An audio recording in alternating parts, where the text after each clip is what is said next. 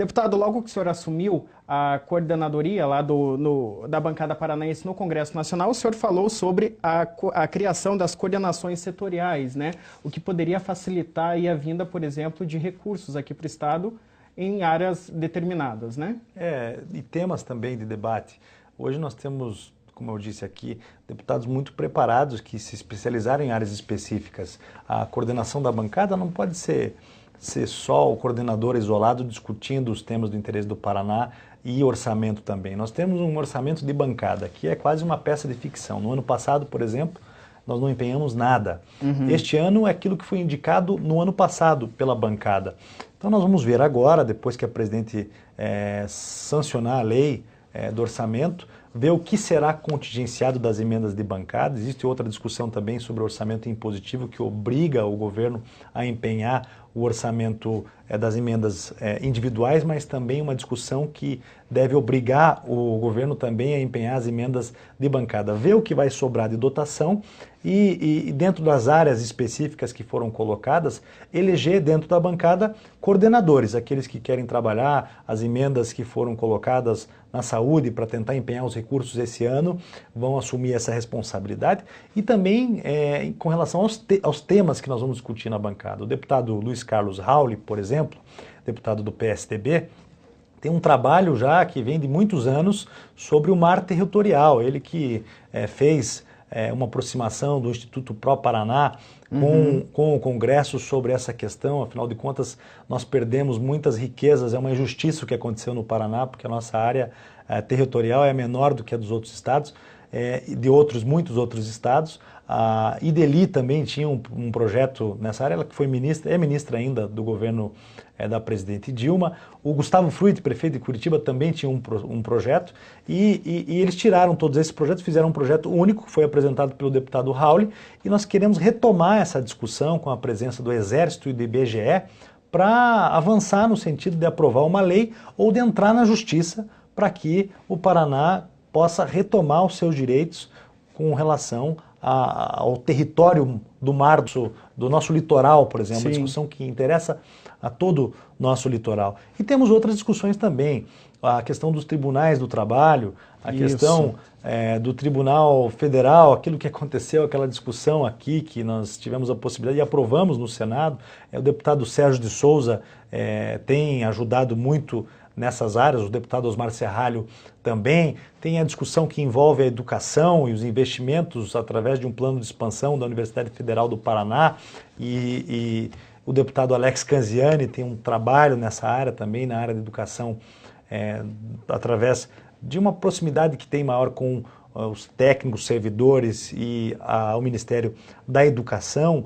Enfim, cada um é responsável por, se a gente responsabilizar ou comprometer cada deputado através de uma coordenação com um grupo de trabalho específico, com certeza nós vamos otimizar o trabalho da bancada como um todo. Até com o objetivo de otimizar, o senhor pretende fazer reuniões semanais, inclusive com a presença de ministros também, A ideia né? é fazer reuniões semanais. Nós já fizemos uma na semana passada com as centrais sindicais e com a presença da vice-governadora. Essa semana eu gostaria de levar os representantes dos caminhoneiros para dar um parecer do que está acontecendo. Isso, como o senhor adiantou, com relação aos caminhoneiros, também com a presença do chefe da Casa Civil, ex-deputado Eduardo Ciarra também, e também abrir também a possibilidade de sugestões e ideias para as próximas reuniões. Essa semana mesmo nós temos a expectativa de nos reunir com o ministro de Relações Institucionais do governo para discutir essa questão dos pagamentos que está atrasada, e outras questões também que vão acontecer.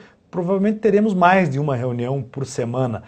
Estivemos com o ministro dos Portos, o secretário dos Portos, o Edinho Araújo, que é do PMDB, também do meu partido, discutindo a questão da poligonal, que é uma questão muito polêmica. Quando nós aprovamos a medida provisória dos portos, foi discutida no Brasil inteiro, nós aprovamos a possibilidade de se criar terminais privados. E isso vai acontecer lá na região do Porto de Paranaguá. Aqui no nosso litoral.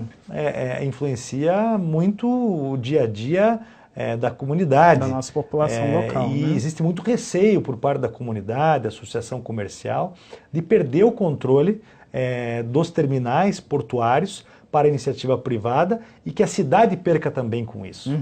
Nós estamos fazendo um trabalho para fazer uma audiência pública com todas essas entidades representativas que representem os trabalhadores, a comunidade, a iniciativa privada, a associação comercial, para que haja uma compreensão do que nós queremos com essa redução, o que nós queremos, que eu digo que é um conceito de gestão que foi aprovado no Brasil inteiro, com a redução da poligonal e a possibilidade dos terminais privados. O Porto de Paranaguá vai perder com isso, perde controle, perde taxas portuárias, Claro. perde também investimentos. Eu entendo que exista também receio daqueles que defendem o porto público, o porto que pertence ao governo do estado do Paraná. Mas, por outro lado, tem alguns gargalos que nós precisamos resolver, porque aquela área se tornou pequena também. E a área que fica no entorno do porto, ela pertence a pessoas, né? Ela pertence a empresários, a empresas. Sim, são particulares. Então não tem como a gente... Até poderia se discutir, mas daí é um outro conceito que é uma confusão ainda maior. Agora nós precisamos fazer um debate claro, os trabalhadores não podem ser penalizados. Já existe um modelo no Espírito Santo que utiliza em terminais privados os trabalhadores do Porto de Paranaguá para que a gente possa avançar e que a cidade não perca nada com isso. Não perca com Os isso. trabalhadores não percam com isso. Mas eu entendo que as cidades portuárias, hoje em dia, infelizmente, só perdem, né? Do ponto de vista do investimento, né? Os investimentos, eu até pedi para que o ministro, nós, através do Porto de Paranaguá, na gestão anterior, eu não sei se vocês lembram, mas nós fizemos investimento nos acessos do porto. E até isso foi questionado pela ANTAC, pelo Tribunal de Contas da União, e depois os mesmos órgãos deram um parecer favorável. Eu entendo que o Porto de Paranaguá tem que ter uma responsabilidade maior junto à comunidade, a fazer investimentos na estrutura da cidade também, para promover qualidade de vida para o seu povo e para a sua gente que vive ali e que muitas vezes não recebe um benefício direto por ser uma cidade portuária. É uma discussão que deve acontecer em todo o Brasil. Pois é interessante o senhor comentar sobre esse assunto, porque a nossa audiência é muito grande aqui no litoral do estado, deputado, e as pessoas realmente ficam muito receosas quando o assunto Porto de Paranaguá entra em discussão, em especial em nível nacional. O senhor fala sobre a criação do porto privado.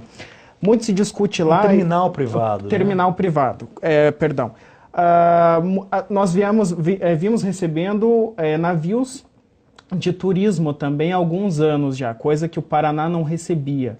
Esse porto, esse terminal privado poderia beneficiar isso para que outros navios turísticos viessem para cá e consequentemente movimentassem mais até a economia local ali, até para tirar essa preocupação da população lá, né, de que isso poderia de certa forma prejudicar?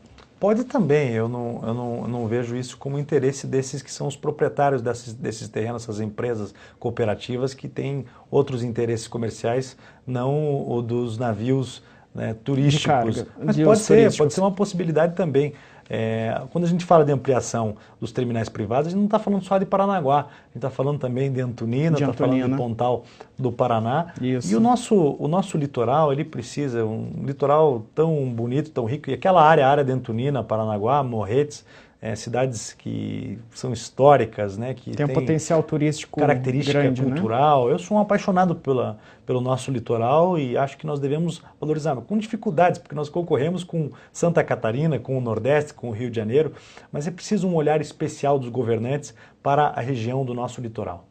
O Porto de Paranaguá em específico, o senhor acha que funciona bem atualmente? O que do seu conhecimento precisaria melhorar agora pontualmente? O Porto é uma referência... Além dessa questão, né, da discussão. Uma referência no Brasil, né? Mas o Porto poderia fazer outros investimentos além do dia a dia, né, da ação portuária, né? Na cidade, se envolver em questões que envolvem a cidade, que envolve o prefeito da cidade, que envolve a associação comercial, que envolve... para ver de que forma o Porto que o Porto possa assumir compromissos também com a cidade, como fizemos lá atrás e recebemos um parecer favorável do Tribunal de Contas da União, com investimentos que fizemos nos acessos do Porto. E o ministro Edinho Araújo também está comprometido com essa tese para todas as cidades portuárias do Brasil.